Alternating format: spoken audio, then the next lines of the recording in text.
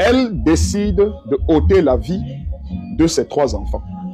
Tu prends les 3 enfants, tu finis avec eux. Après toi-même, tu finis avec toi-même. Je vais prendre ton cadavre. Je vais te doser avec l'arbre de paix. J'ai dit doser. Quand je finis, je go brûler tout ça. Après, je mets dans une benne à ordures. Les chiens vont venir manger. Bon, avant de continuer la vidéo, veuillez vous abonner et cliquer sur la cloche de notification pour ne pas rater l'actualité. Comment comprendre ce qui a pu bien se passer dans la tête de la jeune Kevin afin qu'elle prenne cette décision de rompre tous les liens avec son conjoint, le papa de ses enfants, avec qui elle vivait depuis quelques années. Chers amis, je vous invite à regarder cette petite capsule. C'est un morceau choisi que j'ai préparé pour vous. Je suis sûr et certain que la plupart d'entre vous sont tombés sur cette vidéo. Regardons-la à nouveau et puis le gendarme de la toile aura quelque chose de très important à vous dire. Regardons cette vidéo.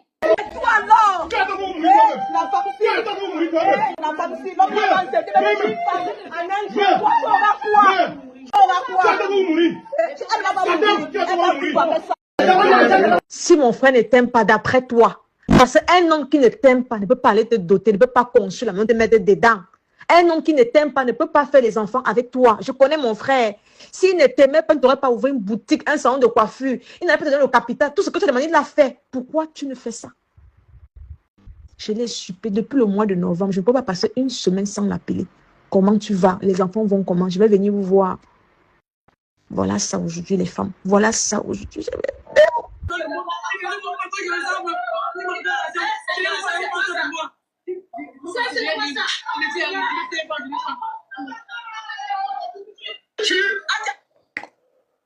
Oh, my goodness. My goodness. Mes chers amis, si le Cameroun est un pays sérieux, si nous avons encore une justice sérieuse, si nous avons une gendarmerie sérieuse, oui, j'en connais des gendarmes très sérieux et rigoureux. Il y en a également des brebis galeuses. Mais si nous avons encore une police sérieuse dans ce pays, je le sais, la police est sérieuse. Je connais des policiers sérieux, mais je connais aussi des policiers galeux. Ces personnes qui ont réalisé cette vidéo et toutes les voix que nous écoutons dans cette vidéo devraient être interpellées à l'heure où je vous parle. Le monsieur qui parle dans cette vidéo et toutes les femmes qui sont autour de lui devraient en principe être dans une cellule à l'heure où je vous parle. D'abord en attendant qu'on les interroge sur quoi que ce soit. Pour non-assistance à personne en danger. Peu importe le niveau de crime qui aurait été commis par cette dernière, cette fois bourreau de la société. Parce que lorsque vous écoutez le langage qu'ils utilisent dans cette vidéo, vous comprenez que cette fille ne pouvait même pas se confier à quelqu'un autour d'elle. Vous comprenez qu'elle n'avait même pas d'entourage dans ce quartier. Elle n'avait même pas de personne vers qui elle pouvait aller. Sortir l'étouffement qu'elle ressentait au fond d'elle. Je ne suis pas ici en train de cautionner ou de donner du crédit à cet acte odieux commis par cette jeune demoiselle appelée Kevin. Parce que je ne saurais comment conseiller aux personnes vivantes, à vous mes sœurs, à vous mes frères, de commettre ce genre d'actes. Ces enfants ne vous ont rien demandé. Et même votre propre vie, je ne pourrais pas vous conseiller de la ôter, car je ne connais pas comment on fabrique la vie.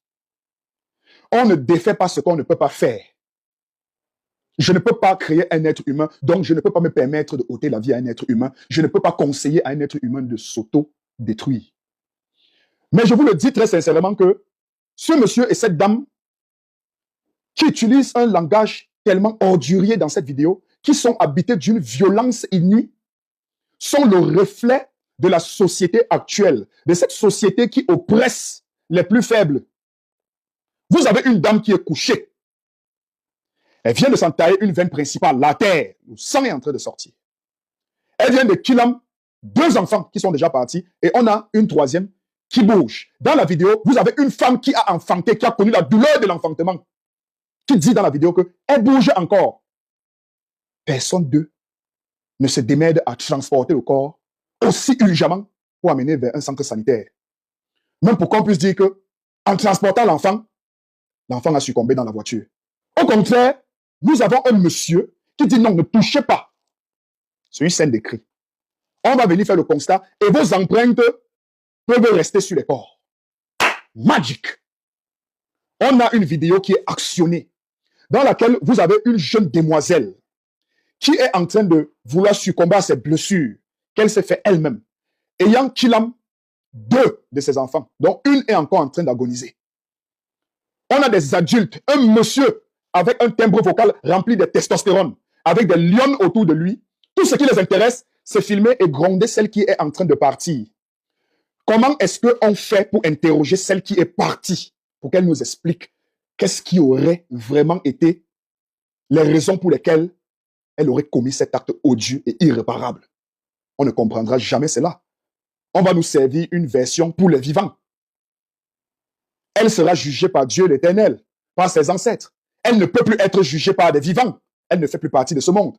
Mais vous qui êtes encore en vie, vous qui avez filmé cette scène, vous qui avez décidé de nous partager cette horreur, et vous qui n'avez pas permis aux institutions sanitaires de pouvoir réceptionner au moins la femme et la fille qui est encore en train d'agoniser, vous êtes plus criminels que cette dernière. Moi, je vous le jure comme ça.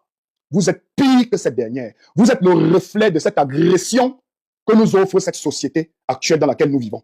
On comprend, ou du moins, moi, Mirador, je comprends que Kevin n'avait pas de confident. Kevin n'avait pas de personne vers qui elle pouvait se tourner pour se plaindre, pour se confier, pour dégager le taux de stress, de frustration qui encombrait les parois de ses organes. J'ai vu certaines personnes dire dans les réseaux sociaux que Aka, vous parlez de quel genre de dépression qu'on n'a pas encore eu. J'ai même vu des filles faire des posts sur la page de Papa Zoazoa, des filles résidentes en Occident, dans des sociétés où on connaît les chiffres des dégâts que la dépression a déjà causés dans ces sociétés. Dit que, Aka, dépression de quoi? C'est une meurtrière.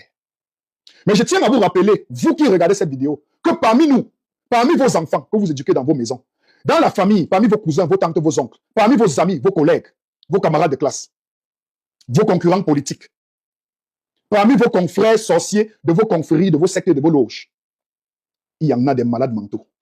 Le malade mental n'est pas celui qui se retrouve dans un bac à ordures en train de manger des déchets. Parce qu'au Cameroun et en Afrique en général, il faut que quelqu'un commence à ramasser les papiers en route pour qu'on le déclare fou. C'est toujours facile quand ça arrive chez les autres. Mais à chacun son tour. La dépression, c'est quelque chose de réel. Et on devrait se pencher là-dessus.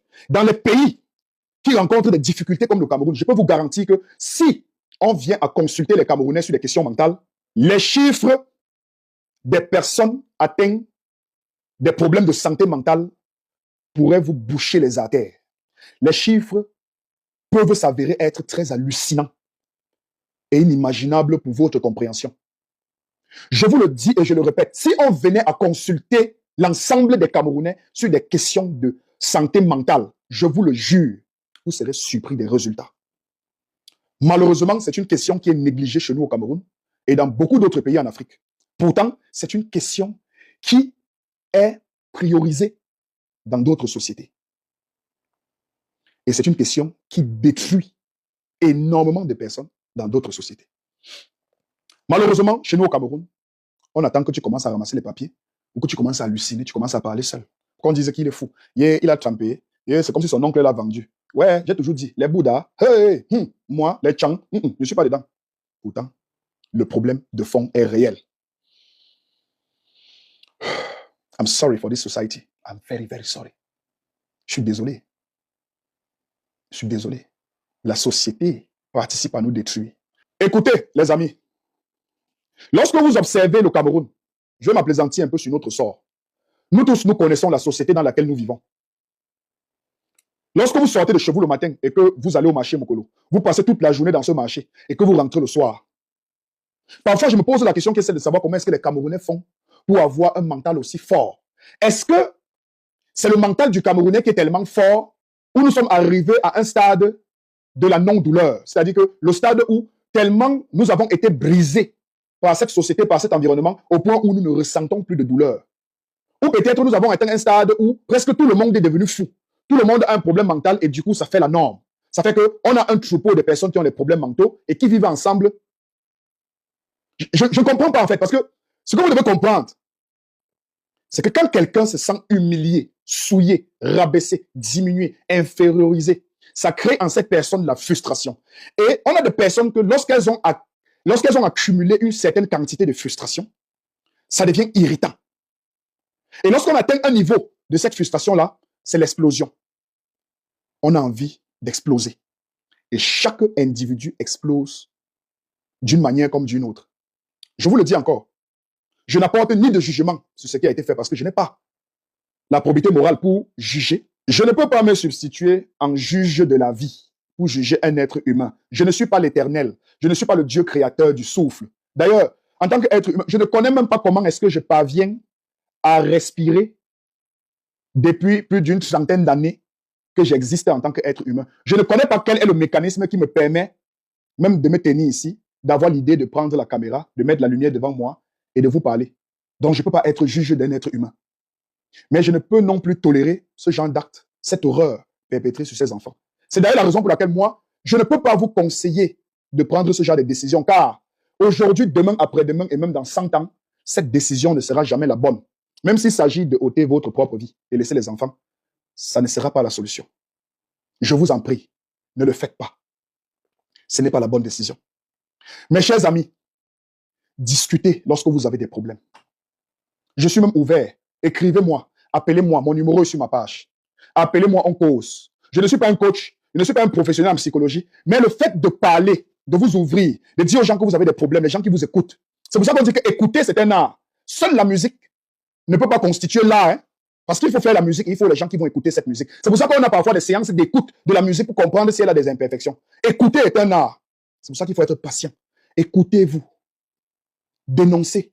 Lorsque vous êtes oppressé, dénoncez. Confiez-vous aux gens qui vous aiment. Identifiez des personnes respectueuses et respectables, les gens qui peuvent vous écouter. Confiez-vous à eux. Mes chers abonnés de cette page, chers compatriotes camerounais, chers compatriotes africains, écoutez, parler est important. Parlez. Exprimez-vous. Dénoncez. Confiez-vous. Dégagez tout ce qui encombre les parois de vos organes génitaux. La mémoire est très, très grande. Elle est très vaste. Mais il y a des choses qu'il ne faut pas garder là-bas à l'intérieur pour soi-même. Il y a des choses qu'il faut parler.